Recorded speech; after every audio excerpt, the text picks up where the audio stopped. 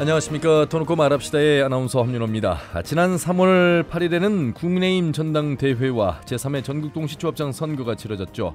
또 오는 4월 5일에는 전주울 지역구 국회의원과 군산시의원 재선거도 함께 실시됩니다. 자, 이처럼 지역민들의 삶과 연계된 중요한 선거들이 진행되는 가운데 4월 5일 재선거는 지난 16일 후보 등록을 시작으로 본선 경쟁이 치열하게 전개되고 있습니다. 더불어민주당의 무공천에 이어서 유력 후보였던 국민의힘 정운천 의원의 불출마로 전주울 재선거는 새로운 국면을 맞고 있습니다.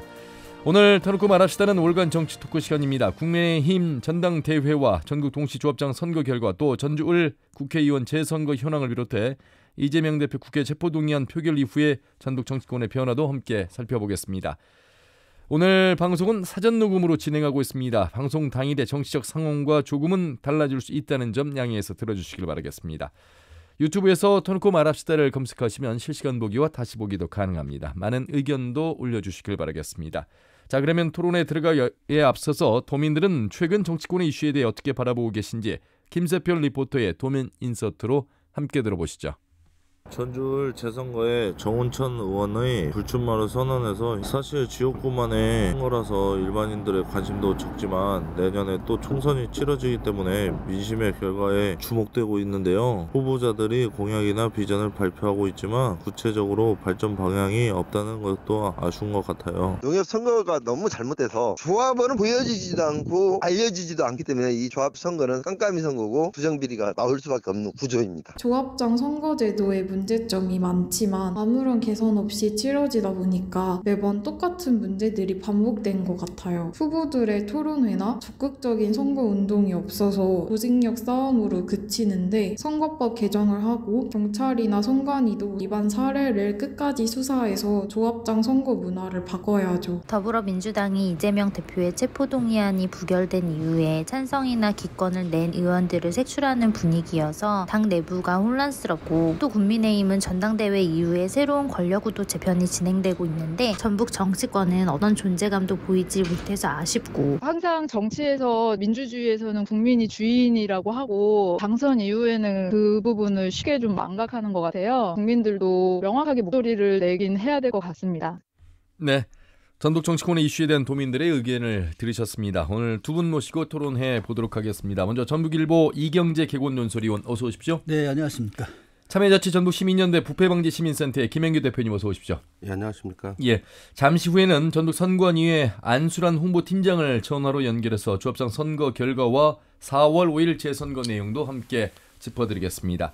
자, 이경규 의원님, 국민의힘 전당대회 이변은 없었습니다. 바로 그냥 결선으로 갔습니다. 그렇습니다. 그 전당대회 하면은 뭐 컨벤션 효과도 있고 상당히 좀 축제 분위기에서 이렇게 응집력을 가진 그런 분위기가 돼야 되는데 초장부터 좀 여러 가지 부작용이 많이 있었잖아요. 예컨대 뭐 축구경기 시합하기 전에 바로 직전에 룰을 좀 바꾼 것처럼 전당대회 룰을 바꿔가지고 과거에는 당원 70% 여론 30% 반영한 그런 기준이었었는데 직전에 100% 당원으로 했고 또 결선 투표제를 도입했습니다. 그래서 이런 것들을 보면은 대중적 지지도가 있는 사람을 좀 배제시키려고 하는 어떤 의도된 그런 룰 변경으로 볼 수가 있겠고요. 그 대상은 유승민 의원 같은 경우가 1등을 계속 하고 있기 때문에 그걸 제거하기 위한 그런 수단으로 보여진 측면이 있고요. 또 하나는 그 대통령실의 이제 개입인데 그 얘기를 또 안 할 수가 없잖아요. 그래서 나경원 의원 제끼고 또 이준석 계열들 좀 공격을 좀 하고 또 특히 이제 이 그 라이벌이라고 할 수 있는 특히 이제 김기현을 염두에 둔 축으로 봤을 때 라이벌이라고 할 수 있는 사람들을 자꾸 저감시키고 제끼는 그런 작용을 한 측면들이 보면은 너무나 좀 비정상적, 비민주적 그런 전당대회가 아니었나 이렇게 생각을 합니다. 하여튼 전당대회는 뭐 성공적으로 치러졌다고 보고 있고요. 역시 의도한 대로 김기현 사선의 김기현 대표가 됐는데 사실은 그 과반을 넘냐 못 넘냐 이것이 사실 관심 초점이었지 않습니까? 예상 저는 개인적으로 좀 예상 예상 밖이라고 보는데 53% 득표를 해가지고 1차에서 결선 가지 않고 마무리를 지었습니다. 그래서 안철수 대표 같은 경우가 상당히 뭐 좀 드라이브를 걸긴 했는데 결국 뚜껑을 열어보니까는 그렇죠. 23.3% 그래서 오히려 본인의 어떤 존재감이 약한 걸 다시 한번 확인시켜주지 않았나 이런 결과가 됐고요. 천하람 후보가 상당히 그 지도부에 대한 비판 뭐 이런 성격의 선거운동을 하면서 주목을 받았는데 역시 15% 득표했습니다. 예. 이것도 역시 개인적으로 보면은 성공적인 거라고 봐야 되겠죠. 천하람 후보 개인적으로 보면은. 예. 왜냐하면은 순천 지역의 당협위원장을 하면서 정치적인 무대에 첫 등장을 한 케이스거든요. 물론 방송 활동을 많이 했지만, 근데 15% 얻는 것은 좀 성공적으로 봐야 되지 않겠는가. 또 마지막에 그 황교안 후보가 예상 유라고 봐야 되겠죠. 8.7%를 했는데 본인의 어떤 그런 의욕과는 달리 상당히 낮은 그런 득표율을 보였고요. 이제 문제는 내년 4월 10일 총선을 앞두고 공천 문제에 이제 관심이 쏠리고 그 진영 구축인데 일단은 김기현 대표가 친윤 대표 체제로 다 구성이 돼 있고 또 조직까지 이제 거쳤는데 일단 결과적으로 보면은 최고위원은 김재원, 김병민, 조수진, 태영호 다 친윤 1색이죠. 예. 청년 후보는 장해찬 후보가 선출됐는데 마찬가지고요.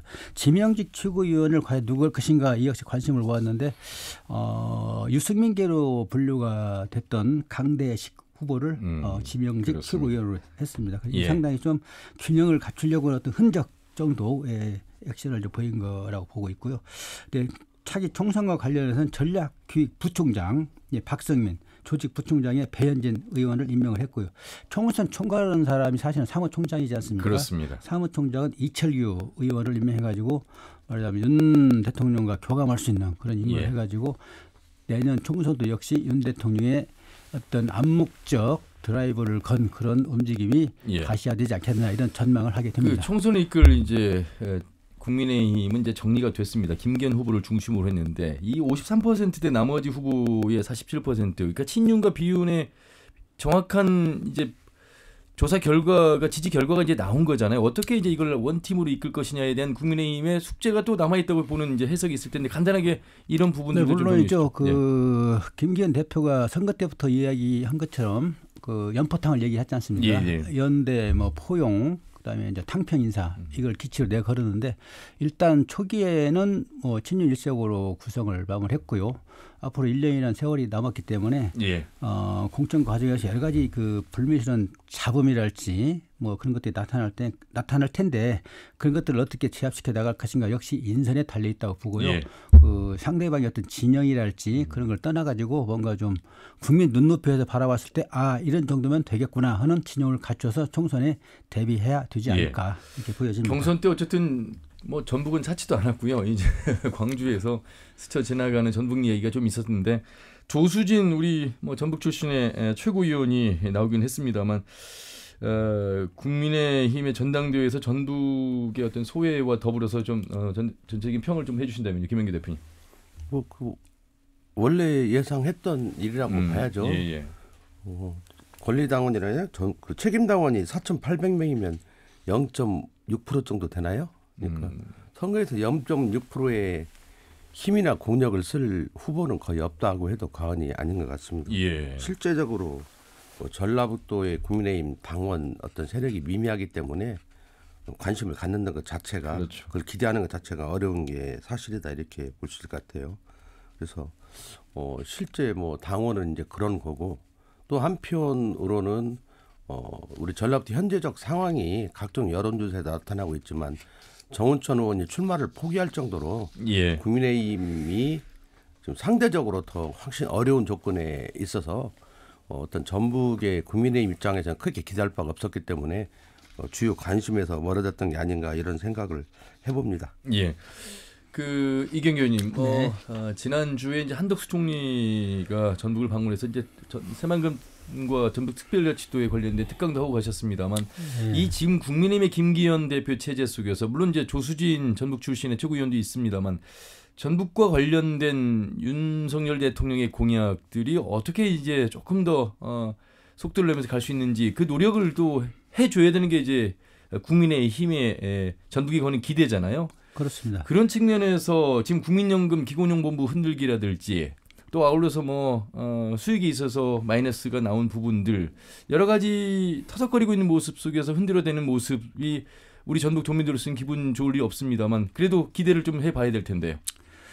국민연금 기금운용법을 놓고 대통령실에서 회의 직후에 서울 이전설이 나왔지 않습니까? 예. 또 뭐 방송에서는 그 여러 가지 지역 폄훼성 발언들이 나왔고, 근데 이런 문제는 결국은 누가 대응을 해야 되느냐, 정치권이 대응을 해야 되겠죠. 그리고 관련법에는 전주 국민연금공단이 있는 사무지에 주된 사무실에 있는데 기금운용본부 유치를 두도록 됐기 때문에 법적으로는 국회법 개정이 없이는 가능하지 않은 건데, 이런 문제가 자꾸 도지는 거는 기금본부 운용력들, 말하자면 펀드 매니저랄지 상당히 전문 인력인데 이 사람들이 전주에 가기를 싫어해요. 예. 과거에도 월스트리트 저널이 이걸 보도를 했거든요. 전주에 가면 뭐 축사가 있고 냄새가 나고 인프라가 취약해가지고 근무하기가 어렵다. 예. 이거는 이제 서울에 있는 또는 외국에 있는 전문 그런 인력들이 전주에 가기 싫어해서 이제 내뱉는 그런 것들을 언론이 쓴 그 케이스인데, 이런 것들을 뭐랄까 그 속된 말로 단도리를 잡들이를 잘 해야 되는데 그때 그냥 허용하고 넘어가 보니까 그걸 받아서 계속 지금 이어지고 있는 걸로 이제 보이고 있고요. 일단 국민연금공단의 기금운용 법무 문제는 법적으로 어떤 변경 없이는 가능하지 않기 때문에 이것들은 정치권이, 특히 이제 보건복지랄지 이쪽 분야에 있는 정치권이 쐐기를 박는 그런 조치가 필요하고요. 또 이제 1년이 취임 1년이 다 되어가고 있는데 전라북도 지역 공약들이 7대 공약이라는 말이죠. 46개 세부 사업들이 있는데 예. 거의 가시적인 어떤 조치가 없고, 특히 노드맵마저도 지금 불확실한 그런 상태에서 진행이 되고 있단 말이죠. 그래서 이런 문제들은 역시 전라북도랄지 정치권이 뭔가 좀 추동시켜 나가야 할 어떤 역동성을 좀 보일 필요가 있는 대목이고요. 특히 이제 얼마 전에도 보도된 내용을 보면은 가덕도 신공항이 속도를 빨리 내고 있대요. 2035년 그 완공 예정인데 6년 정도 앞당겨가지고 2029년에 앞당기는 그 계획을 지금 발표했지 않습니까? 그럼 이제 새만금 국제공항보다도 빨라지는 그렇습니다. 그런 셈이 됩니다. 새만금 국제공항 같은 경우는 애당초 2004년 착공, 2026년 완공 계획인데 그것도 늦춰져가지고 2028년째 완공 계획으로 넘겨졌단 말이죠.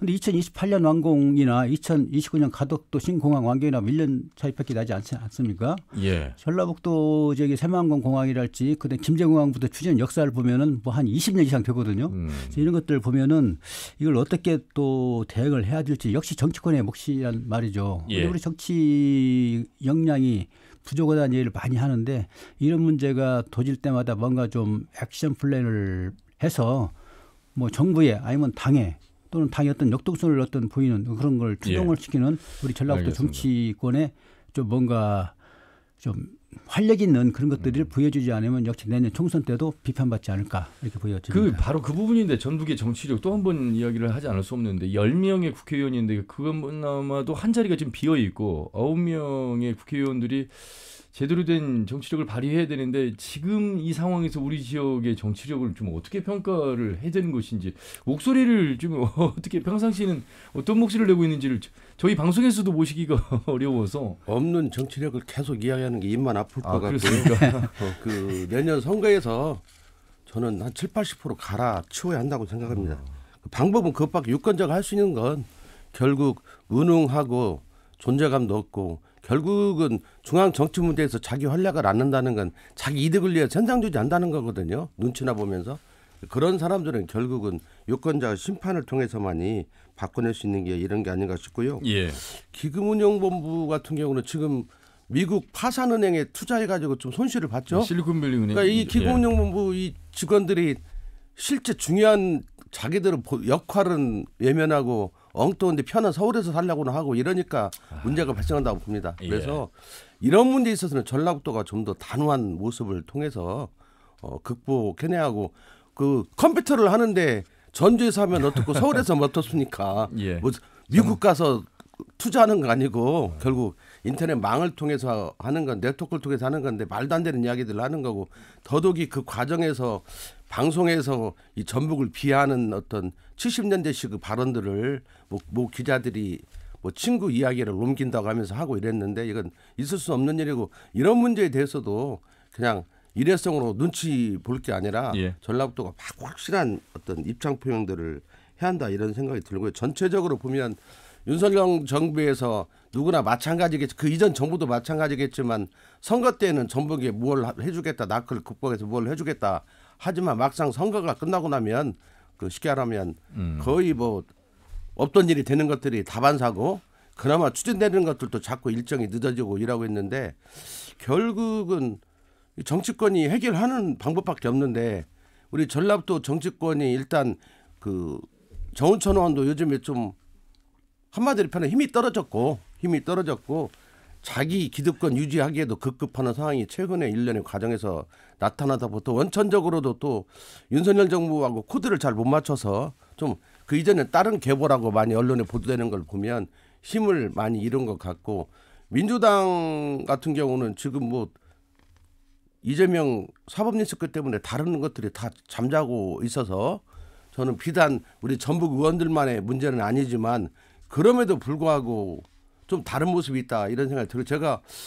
며칠 전에 목포를 갔는데요. 예. 근데 목포를 보면서 참 그 뭐 천사대교라든지 목표대교라든지 어떤 목포의 어떤 내용을 보면서 목포는 조그마한 도심에도 불구하고 이렇게 좀 역독성들이 느껴졌단 말이죠. 그 조그마한 도시 소도시지만 그럼에도 불구하고 이제 그런 모습도 우리 전북에서는 찾아볼 수 없다는 거고 예. 항상 낡은 이슈에만 지금 매달려서 있는 현재 상황들이 참 안타까운데 그럼에도 불구하고 그 윤석열 정부가 공약했던 것들은 철저히 지켜내야 한다는 것들을 몰아나가는데 현재 도나 이런 데가 못한다면 우리 이경재 의원 계시지만 뭐 애양 본부에서 하든지 아니면 여타의 전라도를 중심으로 정치권이 하든지 해서 우리 전북의 주요 현안에 대해서는 우리 스스로 좀 이렇게 이슈화 시켜내고 예. 완결점을 만들어 나가는 것이 중요할 것 같습니다. 알겠습니다. 여기까지 중앙 정치 상황 살펴봤고요.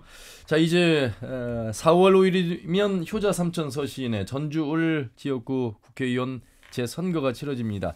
지난 16일, 17일 후보 등록이 이제 마무리가 됐습니다. 자 방송을 하고 있는 이 시점은 16일 오후기 때문에 목요일, 금요일 하루 더 이제 저희가 지켜봐야 되는 상황에서 방송이 송출되는 시점에서는 이미 이제 본 후보가 등록이 마무리된 가운데 이제 경쟁이 시작이 됐을 텐데 일단 말이죠. 국민의힘 정운천 의원 제일 먼저 출마 선언을 했다가 이제 불출마 선언을 고심 끝에 이제 발표했거든요. 그리고 이제 그 자리에 김경민 국민의힘 후보가 이제 받게 됐고 민주당에서 탈락한 무소속 후보들의 경쟁 그리고 이제 진보당의 이제 강성희 후보 그 이외에도 이제 다수의 후보들이 지금 움직이고 있단 말이죠. 지금은 정확히 저희가 말씀드릴 수 없습니다만 양상을 어떻게 보십니까?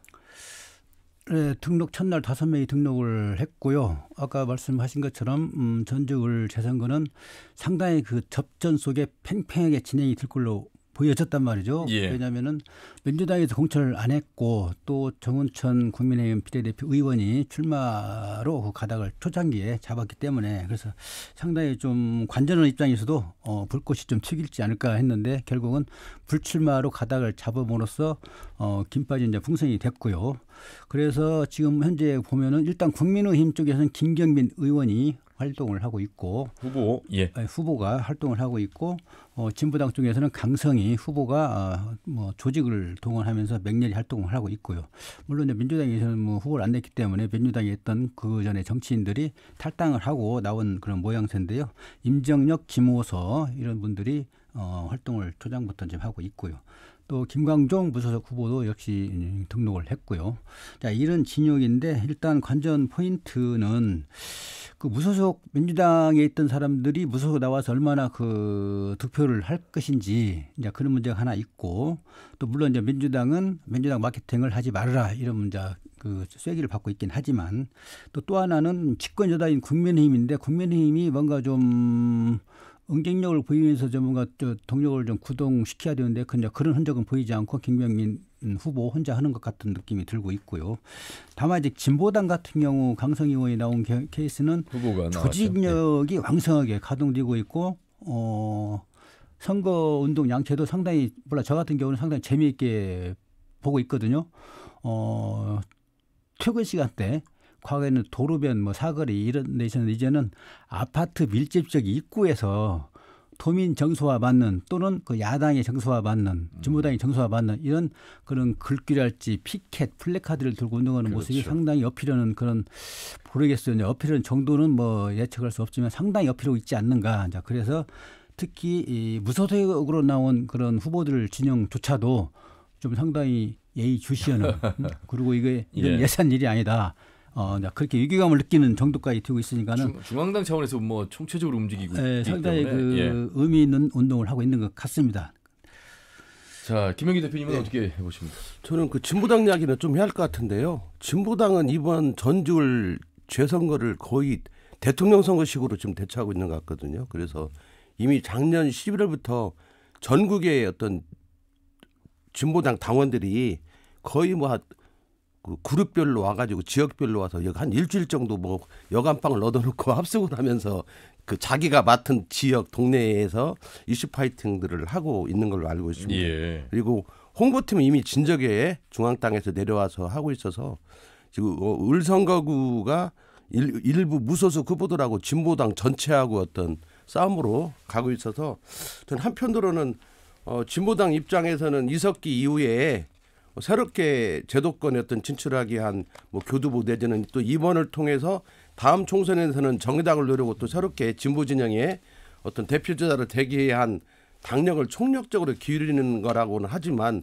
또 한편으로 보면 좀 그 저렇게까지 해야 하는 것인지에 대한 조그마한 울고 보궐선거에 뭐 제주도에서까지 오고 전남에서 오고 뭐 그 와가지고 하고 있고 본인들도 또 아파트나 이런 구역에서 운동하면서 그런 이야기를 한다고 하더라고요. 경기도에서 왔다고 하고 뭐 전남에서 왔다고 하고 이런 이야기 하면서 운동을 한다는데 어쨌든 그렇게 열심히 하고 있기 때문에 어떤 두 자릿수 득표율이 나타났다 이렇게 볼 수 있어요. 여론조사를 보면 이제 두 자릿수로 올라온 것 같습니다. 그래서 선거비 보조는 이미 해결이 된 거 아니냐는 이야기들이 이제 많이 나오더라고요. 그런 거고. 그래서 과거 정우천 의원이 여론조사하면 그 정도 나왔거든요. 그러니까 실제적인 어떤 내용에서는 그런 것 같고 또 한편으로는 이제 유력 후보 민주당 무공천하고 정우천 의원 사퇴를 하다 보니까 원래는 정우천 의원과 대결하기 위해서 단일화 문제나 이런 것들이 이야기 됐었는데 이제는 없어지니까 나도 한번 해보겠다 하는 각자 플레이가 나와서 앞으로 이제 본격적으로 이제 오늘 등록이 끝났고 이제 본격적인 선거운동이 되면 잘못하면은 이 불법이나 탈법, 진흙탕 선거가 되지 않을까 하는 우려들이 있어서 선관위가 이런 문제나 또는 수사당국 이런 문제를 예의주시하면서 지켜봐야 할 것 같고 유권자들도 이런 문제에 있어서 불법이나 탈법이 용인되는 선거가 되지 않도록 유권자들도 감시의 눈초리를 강하게 가져야 하지 않나 이런 생각이 듭니다. 대표님, 무소속의 후보들이 민주당의 옷을 벗었지만 민주당 마케팅을 하고 있는 모습은 우리가 이제 확인할 수가 있습니다. 그렇죠. 아무래도 거기에 대해서 의미심장한 이야기를 한병도 민주당 도당위원장이 철새 정치인 복당 불가론을 정확히 밝혔거든요. 이게 이제 진짜 이렇게 불가론으로 계속 갈지 아니면 또 정치는 사람 움직이는 생물이라고 했거든요. 저는 그 한병도 도당위원장이 내년에 국회의원 배지를 유지할란가 안 할란가도 모르잖아요. 그래서 그건 이제 김영기 대표님의 생각이시고. 내 생각이니까. 왜냐하면 민주당이 분당될 수도 있고 그 민주당이 분당될 수도 있고 국민의힘당이 또 분당될 수도 있고 그래서 1년 뒤 총선의 모습은 물론 민주당이 이런 형태로 가면 당연히 복당을 받지 않겠죠. 그건 당연한 내용이지만 현실적으로 보면 누구나 현재 그래서 좀 민주당을 중심으로 정치적 역할을 하려고 하는 사람들은 탈당하지 않았잖아요. 임정희 후보 같은 민주당에 있어도 그 과거 전력으로 공천받기 어렵다고 판단했기 때문에 탈당을 했을 것이고 나머지 분들도 마찬가지죠. 그래서 그런 것들은 그 뭐냐면 그 한병도 도청이 할 이야기는 거꾸로 전 잘못됐다고 봅니다. 그걸 잘못됐다고 비판적으로 보는 게 지금 바빠 죽고 먹고 살기도 힘들어 죽겠는데 재선거를 하게 된 책임감을 느끼며 죄송하다고 해야지 뭐 잘했다고 뭐 당같이 지금 물론 민주당이 90% 지지율이 대략 받고 있죠. 전라북도에서. 그래서 민주당 아니면 어려운 건 사실이지만 그런 태도를 취할 건 없고 도리어 유권자들한테 또 한 번 선거를 하게 해서 죄송하다고 하는 게 먼저였지 않나 이런 생각을 해봅니다. 자, 이 전주을 재선거는 이제 내년 4월에 있을 또 총선을 가늠할 수 있는 바로미터가 될 수 있습니다.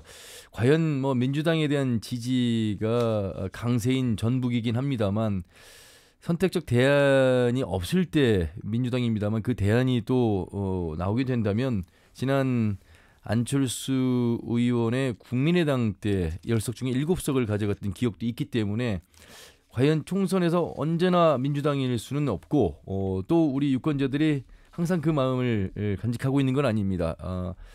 정치가 생물이긴 합니다만 유권자도 일할 사람을 뽑는 것이 또 유권자의 자세이기 때문에 그런 부분에 있어서 이경재 의원께서 전주을 유권자분들에게 이 재선거 어떻게 좀 유권자로서 투표해야 하는지 굉장히 중요한 시점이거든요. 전국에서 유일하게 재선거를 치르는 곳이거든요. 전주을 재선거는 다 아시는 것처럼 이상직 의원의 선거법 위반 또는 여러 가지 이제 이 비리 사건이 터진 지역인데요. 그로 인해서 재선거가 치러지는 만큼 우리 을지역 유권자들은 일단은 첫 번째가 관심을 좀 많이 나타내 줘야 돼요. 이것도 무관심으로 가버리면은 이래동 저래동 똑같이 되는 겁니다. 정치인들이 책임의식을 느끼지 않아요. 그 오로지 중앙당 공천받는 데만 신경을 쓴단 말이죠. 그에 대한 따끔한 질책. 또 선거라는 거는 검증이고 심판이거든요. 그런 측면에서 유권자 어떤 의무이기도 하지만 뭔가 좀 눈을 좀 부릅뜨고 지켜보는 그런 것도 보여줘야 정치인들이 이건 아니구나 이걸 느낄 수 있게끔 만들어 줘야 되거든요. 그래서 내년에도 뭐 공천만 받으면 뭐 당선 뭐 이런 것들을 좀 불식시키는 인식을 그런 어떤 쐐기를 박는 눈초리를 부릅뜨면서 지켜보는 그런 계기를 이번 선거에 좀 보여줘야 되지 않겠는가. 아까 이제 한병도 독당위원장 말씀하셨는데 한병도 독당위원장은 그냥 선언적 의미라고 보면 될 것 같아요. 왜냐하면은 공천을 안 했기 때문에 내년 경선을 노리고 출마를 하지 않은 사람들이 많이 있어요. 후보군들이. 그런 사람들도 보호를 해야 되고 또 민주당 표방을 하고 있는데 민주당인 것처럼 하는 거에 대한 좀 그 견제가 필요하단 말이죠. 그래서 독당위원장으로서 선언적 이야기이지 또 복당 문제 불호 이런 거는 당 대표가 결정할 문제고 중앙당 결정할 문제이기 때문에 도당청 결정사항은 아니라는 거 있고요. 다만 이제 이번 재선거가 됐던 내년 4월 11일 국회의원 총선이 됐던 우리 유권자가 가져야 할 그런 자세는 뭔가 좀 눈을 부릅뜬 감시자 또는 견제자 또는 심판자 그래서 결국은 이런 유권자를 무시할 수 있는 어떤 정치인을 좀 뽑는 그런 연결고리를 형성하는 그런 의식이 저는 가장 중요하다고 봅니다. 왜냐하면 전라북도 정치 역량이 아주 지금 저하돼 있어요. 국회의원 숫자는 10명이지만은 뭔가 좀 지역의 어떤 분리기랄지 현안이 잘 굴러가지 않고 막힐 때랄지 뭔가 튀어나와가지고 이거다 저거다 이렇게 방향타를 제시하면서 나가는 국회의원이 거의 없지 않습니까? 전라북도 현안이 지금 막 굴러다녀요 지금. 그것도 정착시키지 못하고 있고 한마디 요구 안 되면은 말고 중앙당에서 가만히 있으라 하면 가만히 있고 사실 정치권의 역량은 정부 어떤 기능과 중앙당의 어떤 기능에 대한 그 뭔가 견제랄지 또는 실현시켜 나가는 그런 것들이 역량인데 그런 것들을 보이지 못하기 때문에 전라북도 도민들로부터 유권자들부터 비판받고 있는 것이 아닌가 이런 것을 착실히 좀 생각을 하고 선거 때 유권자들은 심판을 하고 그래야 될 것 같습니다. 자 월간 정치 토크 시간 참여자치 전북 시민연대 부패방지 시민센터의 김영기 대표 전북일보 이경재 개곤 논설위원과 함께하고 있습니다. 오늘 방송은 사전 녹음으로 진행하고 있습니다. 방송 당일의 정치적 상황과 조금은 달라질 수 있다는 점 양해해서 들어주시길 바라겠고요. 유튜브에서 터놓고 말합시다를 검색하시면 실시간 다시 보기도 가능합니다. 자 그러면 이번에는요 4월 5일 재선거 상황도 좀 살펴보고 지난 3월 8일에 있었던 전국 동시조합장 선거 그 이후의 과정 또 결과도 한번 선관위를 연결해서 말씀을 들어보도록 하겠습니다. 전북 선거관리위원회 안수란 홍보팀장 전화 연결되어 있습니다. 팀장님 수고 많으십니다. 네, 안녕하세요. 조합장 선거 결과 살펴봐야 되겠고 국회의원 4월 5일 재선거 관련한 주의 사항들도 오늘 중요한 말씀 좀 부탁드리겠습니다. 먼저 조합장 선거 결과 현황부터 좀 소개해 주시죠. 네. 지난 8일 치러진 제3회 전국 동시조합장 선거는 모두 110명의 조합장이 선출됐고 도내 206개 투표소에서 16만 3,599명이 투표해서 81.2%의 투표율을 보였습니다. 전국 평균 79.6%에 비해 다소 높고 17개 시도 가운데 대구, 경남, 광주에 이어서 네 번째로 높은 투표율입니다. 공직선거가 평균 60%를 조금 웃도는 것에 비하면은 굉장히 높은 투표율이고요. 반면 단일 후보로 무투표 당선된 조합도 있습니다. 총 21곳으로 농협 14곳, 수협 2곳, 산림조합이 5곳이었고 모두 현직 조합장입니다. 평균 경쟁률은 2.3대 1이었으며 5대 1의 경쟁률을 최고로 보였고요. 익산 망성농협, 부안 중앙농협, 부안 산림조합이 해당되고 이 중에 2곳의 조합장이 재선에 성공했습니다. 예, 당선자 평균 연령은 61세고요. 110명 중 60대가 55으로 가장 많습니다. 최저 연령은 40대로 2명이 해당되고 있습니다. 예. 재선에 성공한 조합장은 모두 71명인데요. 부안 농협장은 7선으로 주목을 받기도 했습니다. 예. 또한 이번 조합장 선거에 참여한 5명의 여성 후보자 중에서 2명이 재선과 초선으로 당선됐는데요. 순정 축협장과 김제 금산농협장이 그 주인공입니다. 개표 시 득표수가 같아서 재검을 한 사례도 있었습니다. 농협법에 따라서 연장자가 당선이 됐고 한 표의 소중함을 다시 한번 느끼게 되는 상황이었습니다. 예. 자, 이제 전국 종시조합장 선거는 깨끗하고 공정한 선거를 위해서 선관위에서 위탁 선거를 해오고 있습니다. 세 번째를 맡고 있는데 팀장님, 네. 이 혼탁 선거 논란은 여전히 사라지지 않고 있고 우리 지역에서 어찌 보면 제일 먼저 나올 정도로 참 이 깜깜이 선거, 혼탁 선거 계속되고 있고 홍어 조합원들에게 전달되고 또 현역 조합장이 상대 후보자를 돈으로 매수하려다 들통나기도 했고 위반 사항들 한번 짚어주세요. 네. 저 이번 선거로 선관위에서 조치한 건수를 보면은 3월 8일 현재로 총 47건입니다. 기부행위가 14건으로 약 30%를 차지하고 있고요. 기부행위로 고발 수사 의뢰된 경우는 총 11건으로 78.5%에 이릅니다. 관련 혐의자 12명을 경찰에 고발했고 이들에 대한 수사와 재판 결과 당선인이 징역 또는 100만 원 이상의 벌금을 받게 될 경우에는 재선거를 치르게 되는데 현재 고발 수사 의뢰된 것 중에서 4건 정도가 이와 관련이 됩니다. 이러한 사례는 또 계속해서 나타나고 있는 상황인데요. 1회 때 6개 조합, 2회 때 2개 조합에서 재선거를 치른 적이 있습니다. 계속 재선거는 있었네요. 네네. 이번에도 4곳 정도가 예상된다 이런 말씀이시죠? 예, 좀 지켜봐야 될 것 같습니다. 남원 운봉농협은 앞서 출마자 2명이 모두 사퇴하면서 선거를 치르지 못했는데 재선거가 되는 건가요? 네, 그렇습니다. 남원 운봉농협은 현 조합장을 포함해서 2명이 출마를 했는데 모두 사퇴를 해서 선거를 3월 8일에 치르지 못했고요. 현재 재선거 절차가 진행 중입니다. 이달 31일이 선거일로 정해져서 진행 중인데요. 하나의 독립된 선거로 보시면 되고 명부 작성과 후보자 등록 등 선거와 관련된 모든 일정과 절차가 새로 시작돼서요. 3월 8일부터 기부행위가 제한이 되고 선거인 명부도 재작성해서 21일에 확정되게 됩니다. 그래서 31일 금요일 운봉읍 소재에 있는 투표소 한 곳에서만 종이투표로 진행되고요. 투표 시간은 오전 7시부터 오후 5시까지로 동일합니다. 그 일신상의 사유로 사퇴했다고 하는데 진짜 내용은 뭡니까? 일신상의 사유로 이제 냈기 때문에 저희가 그 내면의 것까지는 알 수가 없겠죠. 알겠습니다. 자, 이번에는 4월 5일 전주울 국회의원 재선거도 물론 이제 군산 시의원 재선거도 치러지긴 합니다만 자, 방송 녹음하고 있는 오늘 16일과 내일 17일 목요일 금요일 본 후보자 등록이 진행되는데 오늘 시점을 기준으로 좀 말씀을 해주시기 바라겠습니다. 오늘 선거 일정도 설명해 주시고요. 네, 일단 16, 17일 후보자 등록이 진행이 되고 16일에는 총 5명의 후보자가 등록을 마칠 것으로 보입니다. 그래서 김경민, 강성희, 김광종, 김호서, 임정혁 후보의 등록 서류가 접수된 상황이고요. 예. 이를 통해서 후보자 등록이 끝나고 나면 17일까지 후보자 등록이 마무리되고 나면은 재선거 일정도 본격적으로 시작됩니다. 예. 먼저 국회의원 재선거를 하는 전주시 을선거구는 서신동, 삼천동, 효자동으로 선거인 수는 약 16만 7천여 명입니다. 예. 군산시 의회의원 재선거는 나선거구인 해신동, 신풍동, 사막동, 소룡동, 미송동으로 주민 약 3만 8천여 명이 참여하게 됩니다. 팀장님, 지난 6일 지방선거, 최근의 선거를 한번 보면서 말씀을 나눠보죠. 선거 불허고 개입 있었고요. 휴대전화 대리투표 논란도 있었고 허위사실 유포.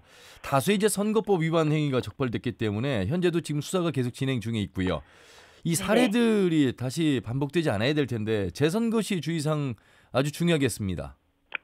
네, 일단 4월 5일 전국에서 9개의 재보궐선거가 진행이 되는데요. 그중 당선 무효로 인한 재선거는 전북의 국회의원 선거하고 경북에 있는 기초의원 선거 2곳뿐입니다. 보궐선거와 달리 재선거는 당선인 등의 공직선거법 위반으로 실시되는 경우가 대부분인 만큼 하지 않아도 될 선거를 또 하게 되는 셈인데요. 하나의 선거를 다시 치르는데 소요되는 예산이 보통 억 단위입니다. 그렇죠. 불법 선거로 인한 피해는 고스란히 국민이 몫이 되고 마니까요. 조직을 이용한 돈이나 허위사실 공표 등의 불법 행위는 해서는 안 될 것이고 선거법의 테두리 안에서 구체적인 공약과 정책으로 유권자에게 다가가는 선거운동 당부드립니다. 특히 유권자분들 선거에서 후보자나 가족, 제3자 등이 각종 간담회나 모임을 명목으로 식사를 제공한다거나 SNS상에서 이벤트를 빙자해서 기프티콘을 주는 등의 기부행위가 자주 나타나고 있습니다. 이 점 유의해서 과태료를 부과받는 일 역시 없도록 주의하셔야겠습니다. 받은 만큼의 많게는 50배까지 과태료를 물게 되는 상황입니다. 받지도 주지도 말아야 된다. 이런 기본적인 말씀들 많이 하시죠. 김영규 대표님과 이경재 의원님 함께하고 계시는데 김영규 대표님 혹시 선관위 혹시 질문 있으신 말씀하시죠.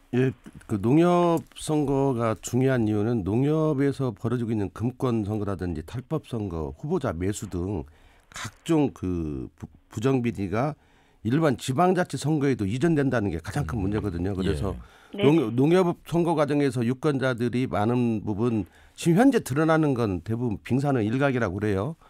대대적인 어떤 금품사포는 여전히 아직 해결해야 할 과제로 남아 있는데 그래서 제가 중요하게 보는 건 그 선관위가 좀 소극적이지 않나. 뭐냐면 이미 벌어진 사건을 조사하고 경찰에 고발한다 이런 것도 중요하지만 사전 예방 단계가 중요하다고 봅니다. 그럼 예방 단계는 이 조합장 선거가 아직도 좀 미진한 점들이 있기 때문에 불법과 탈법에 난무하고 있다면 조합장 선거의 어떤 법 개정을 통해서 좀 해결하는 문제가 있고 또 혹시 조합장의 권한이나 그 지위 속에서 이런 불법 탈법성이 가능한 내용들이 있는 건 아닌지 이런 것도 봐야 할 것 같고 저는 한마디로 그것도 비상인 조합장은 또 임기에 들어가지 않거든요.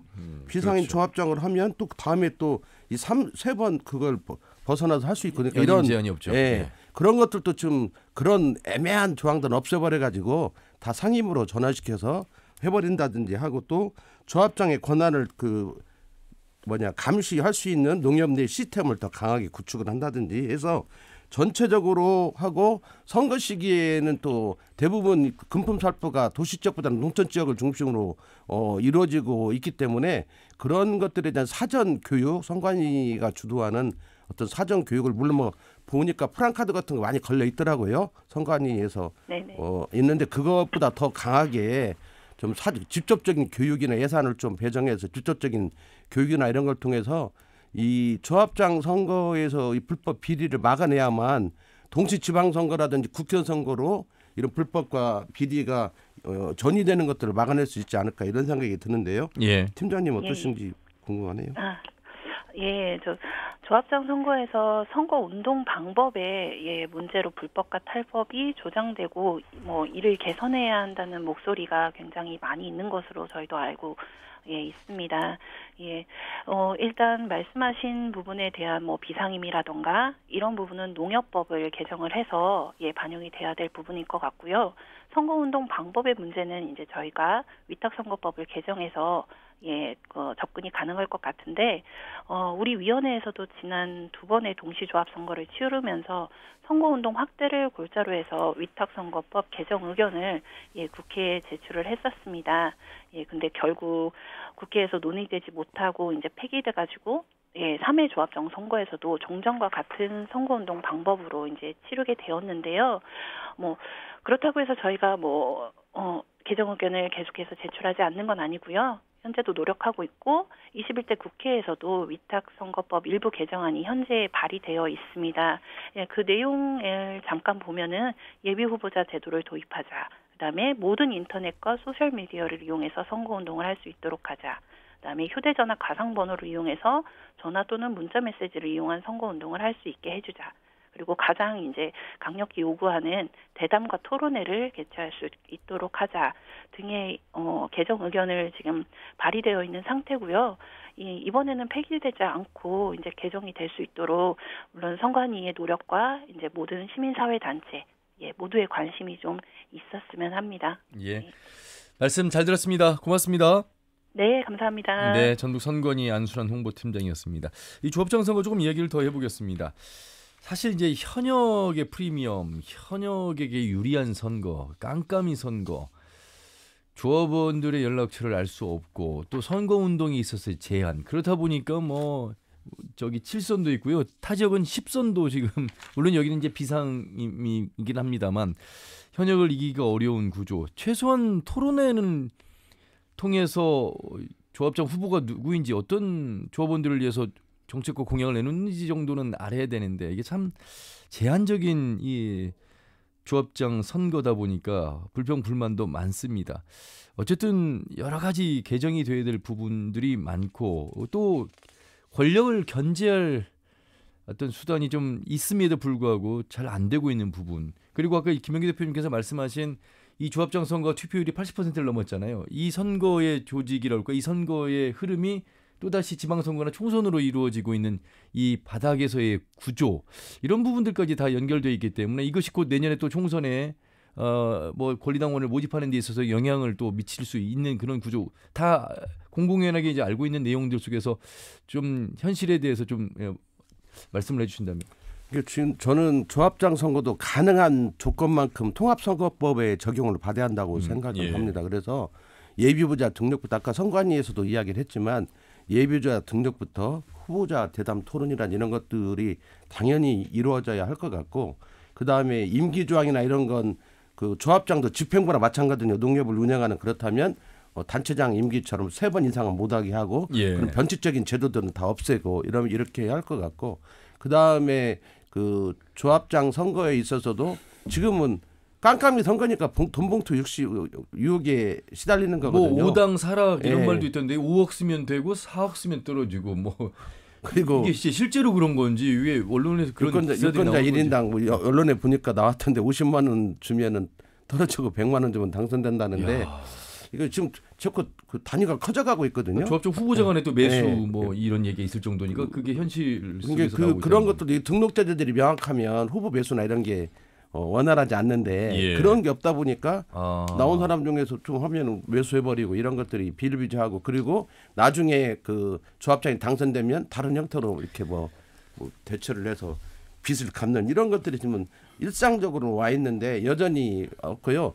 그 선관위나 여타에서 법 개정을 하더라도 가장 중요한 건 또 국회의원들이 조합장들을 자기의 어떤 조직의 중요한 어떤 뭐라고 할까요? 핵심으로 보고 있기 때문에 조합장 선거가 그런 것들도 눈치를 보고 있는 거고 또 한편으로는 조합장 선거가 너무 강하게 막 대담하고 토론하고 이렇게 부각되면 또 다음에 자기 선거에 출마하지 않을까 하는 그런 것들 속에서 이 조합장 선거가 자꾸 방치되고 법들이 제대로 개정이 안 되는 것 같습니다. 그래서 저는 내년에 총선했기 때문에 올해 년도에 조합장 어떤 제도나 이런 것들이 개선될 거라고 보지 않아요. 총선을 앞두고는 국회의원들이 어떻게든 그 세력을 또 이용하려고 하기 때문에 총선이 끝난 다음에 본격적으로 이 조합장 선거 전반에 대해서 부당한 것들을 이렇게 개선해 나가는 시기로 삼아야 하고 그때 총력전을 펴서 법 개정을 해야만 합니다. 왜냐하면 이미 조합장 선거에서 금품을 받아본 사람들은 또 금품을 받는 게 죄의식이 없어지거든요. 그래서 철저히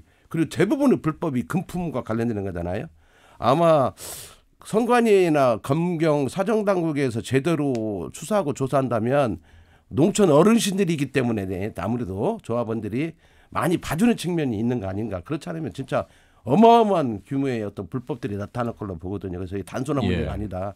그래서 이전에도 사건이 터졌는데 동네 어르신 전체가 다 관여돼가지고 그 자진신고 뭐 가지고 뭐 이런 일도 있잖아요. 아니 그러니까 지금 세 번째인데 첫 번째, 두 번째 벌써 재선거가 이렇게 많이 지금 치러지는 거잖아요. 그 우리나라의 조합장 선거는 정말 후진국 선거예요.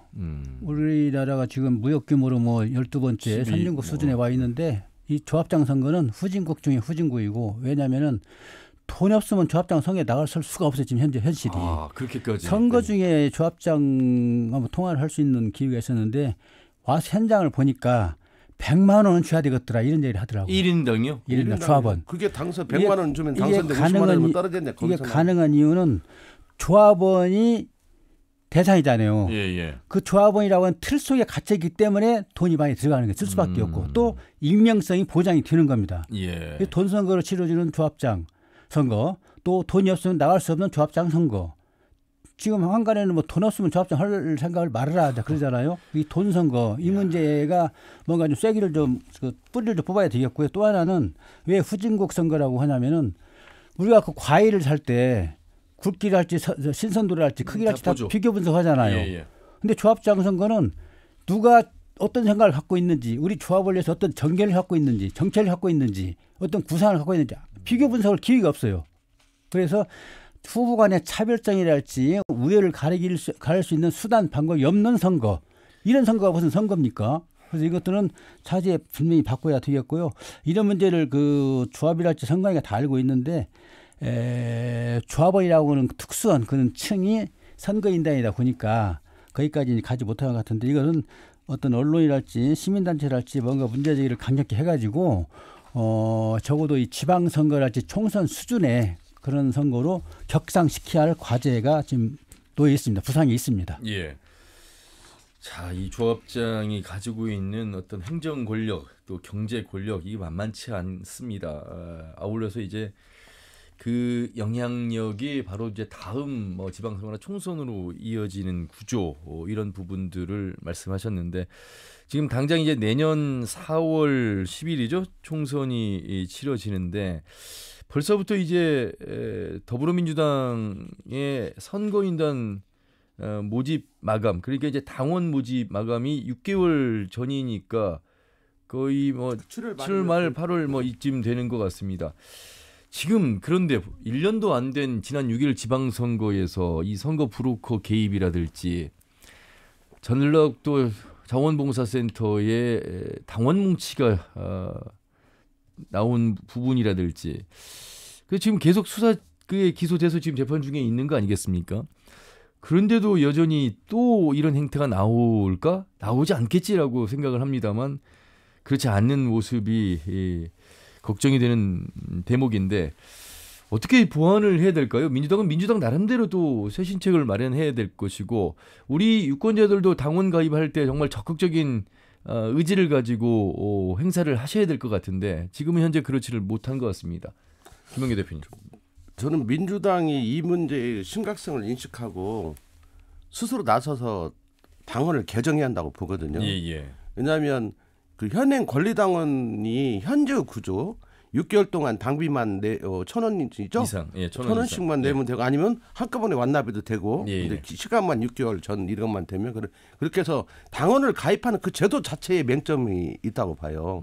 원래 권리당원들이 힘을 가지려면 오랫동안 당 생활을 한 사람들이 자연스럽게 권리당원이 되고 이러는데 이 현재의 제도는 선거 때 한 1, 2년 사이에 자기 지지자들을 당원으로 둔갑시킬 수 있는 그걸 허용했단 말이죠. 그래서 갑자기 선거 시기에 되면 당원이 확 늘었다가 끝나고 나면 다시 원위치 됐다가 늘었다가 끝나고 되면 민주당 입장에서는 이 선거를 치를수록 당비가 많이 거치니까 좋을지 모르지만 현실적으로 그 후보자 입장에서 보면 그런 당원들을 권리당원을 많이 모집하는 것 자체가 중요하거든요. 또 하나는 현재 제도가 권리당원 50% 뭐 여론조사 50%인데 그 여론조사 50% 이미 다 드러났어요. 대부분 열렬 지지층의 권리당원들이 훨씬 확률적으로 받을 확률이 높고 한 5분 정도 전화를 받아가 응대할 수 있는 건 실제 권리당원 아니면 거의 어렵거든요. 그러니까 예. 권리당원들이 이중투표를 또 하게 된단 말이죠. 대부분. 그러면 그걸 뻔히 알고 있는데 이중투표를 막을 의사가 없어요. 중앙당은 보니까 예. 지난번에도 계속 문제제기 시민사회도 하고 있는데 뭐 개인정보라는 이렇게 하면서 또 재정이 너무 많이 들어간다고 하면서 어양경하고 있거든요. 예. 그런 그 현재 제도 방식 자체가 이 후보자들은 권리당원을 모집할 수가 없고 그것도 단기간에 많은 수를 모집해야 하니까 당연히 대남 문제가 나오고 유령당원 문제가 나오고 동원 문제가 나오고 뭐 주소지 옮겨가지고 또 뭐 예. 여론조사 응대하는 이런 현재 어떤 불법적인 나타난 이미 불법적인 문제들이 여전히 온전한 상태에서 다시 또 권리당원을 모집하고 모집 이미 물밑에 시작이 됐거든요. 이미 상당히 진행되고 있을 건데 그럼 똑같은 문제가 또 반복될 그렇겠죠. 수밖에 없다. 그래서 사법 처리되면 운이 나쁜 거고 뭐 그런 거 있죠. 한번 입후보하면은 무조건 어쨌든 당선되고 보자 이 심리가 있기 때문에 그 현재 그런 불법 탈법들이 지속적으로 반복될 확률이 높다고. 민주당이 봐야죠. 오픈 프라이머리 같은 완전 국민 경선제로 그냥 오픈해서 정말 후보를 선정해도 어차피 민주당이 지지가 높기 때문에 오히려 더 신뢰를 받을 수 있는 구조가 될 텐데 이 권리당원의 어떤 의사를 좀 무시하는 처사라고 좀 생각을 해서 그럴까요? 이런 좀 변화를 주기가 어려운 구조는 왜 그렇다고 보십니까? 지금까지 이제 김영기 대표가 이야기한 것들은 그 브로커랄지 또는 그 여러 가지 불법적인 토양 환경을 지금 이야기한 거거든요. 예. 그 토양 환경을 제도적으로 이렇게 장치를 시킨 거는 기득권이거든요. 현역 위주로 돼 있거든요. 그렇죠. 결국은 거꾸로 이야기하면 정치 신인들의 도전을 차단하기 위한 방편이란 말이죠. 예컨대 권리당원 6개월 이거를 인정을 안 한다 할지 또는 1년 이상으로 확대한다 할지 하면은 그 저감식 영향이 저감되잖아요. 그러니까 그런 걸 않잖아요. 그것은 현역 위주의 선거 구조를 고착화시킨 거단 말이죠. 그래서 이런 것들은 다 드러나 있고 특히 이제 전라북도랄지 호남 지역 같은 경우는 너무나 현저한 영향을 미치기 때문에 이건 바꿔야 될 당연히 바꿔야 되고 다만 수도권 같은 경우는 이런 장치를 써도 괜찮아요. 왜냐하면 어떤 특정인이 또는 특정 세력이 영향을 끼치기가 좀 어렵거든요. 그렇죠. 정당에 대한 지지가 또 나누어져 있고. 호남 같은 지역은 정치 어떤 정서상 민주당에 다 경사가 있기 때문에 이런 부분은 가능하기 때문에 이런 부분은 민주당 스스로가 좀 계획을 해서 좀 분리되는 어떤 그 장치를 해서 가동을 시킨달지 이런 것 하지 않으면은 뭐 브로커 기승 계속 나올 수밖에 없고 또 호남에서 정치 신인들 장벽은 높아가지고 현역 위주로 갈 수밖에 없고 이런 것들은 아마 계속 들 겁니다. 자, 월간 정치 토크 이경재 개곤 논설위원 그리고 참여자체 김영기 대표와 함께하고 있습니다. 이제 마무리를 해야 되는 시점에서 우리는 당장 4월 5일 전주울 재선거를 치르게 됩니다. 물론 삼천효자 서신 지역의 유권자분들 16만 7천 명 분들에 대해서만 해당이 됩니다만 이 재선거가 끝나고 나면 내년 4월에 다시 전국에 10명의 국회의원을 뽑아야 되는 그런 총선이 준비되어 있습니다. 여러분들은 얼마나 마음속에 준비를 하고 계시는지요. 또 관심을 갖고 계시는지요. 4년 동안 일할 어찌 보면 주인공이 대표가 아니라 대리인을 뽑는 선거입니다. 누가 잘할 수 있는 사람인가, 누가 잘할 수 있는 준비가 되어 있는 사람인가를 관심 있게 보는 게 유권자의 선택, 유권자의 어떤 책임이기도 하겠습니다. 마무리 말씀들을 좀 드리면서 정리해야 될 것 같습니다. 김영기 대표님. 요즘 민주당을 보면서 좀 안타까움이 있습니다. 뭐냐면 민주당이 국회에서 다수 의석을 가지고 있고 비록 정권은 뺏겼지만 국회에서는 다수당으로서의 어떤 책임성이 있는데 현재 민주당이 지금 1년에 윤석열 정부 거의 이제 1년 돼가잖아요. 당선 1년이 지났습니다. 네, 1년이 돼가는데 그 과정에서 민주당이 보여준 모습은 그 이재명 대표 사법 리스크에 근거한 안티 윤석열밖에 없거든요.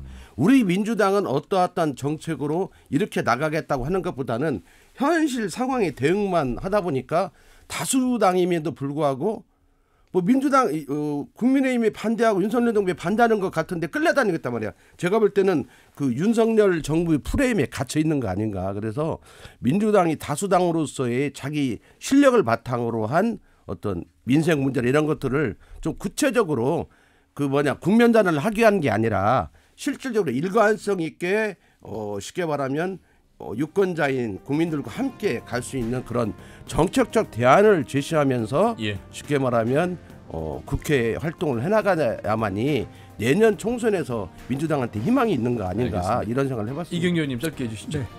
선거는 아까 말씀드린 것처럼 선거는 심판입니다. 검증이고 심판인데 유권자들이 이 기능을 소홀히 하거나 방기해버리면은 정치인들이 유권자를 우습게 합니다. 그리고 선거 투표 때만 갑이지 선거가 끝나고 나면 바로 유권자들은 을로 전환이 되거든요. 그래서 그런 어떤 말하자면 차별적 대우를 받지 않으려면은 책무이기도 하지만 눈을 좀 부릅뜨고 예. 관심을 갖고 지켜보면서 투표를 해야 됩니다. 투표를 하지 않고 일을 잘못해도 비판할 수가 없잖아요. 투표도 네네. 하는 사람이 어떻게 비판하겠습니까? 꼭 투표에 참여해서 예. 최선이 아니면 차악이라도 선택하는 그런 적극성을 좀 띄었으면 합니다. 알겠습니다. 두 말씀 잘 들었습니다. 고맙습니다. 네, 전북일보 이경재 개건연설위원, 참여자치 전북 시민연대 부패방지 시민센터의 김영기 대표와 함께했습니다. 토론코 말합시다는 다음 주 1일 오후 5시 5분에 인사드리죠. 함윤호였습니다. 고맙습니다.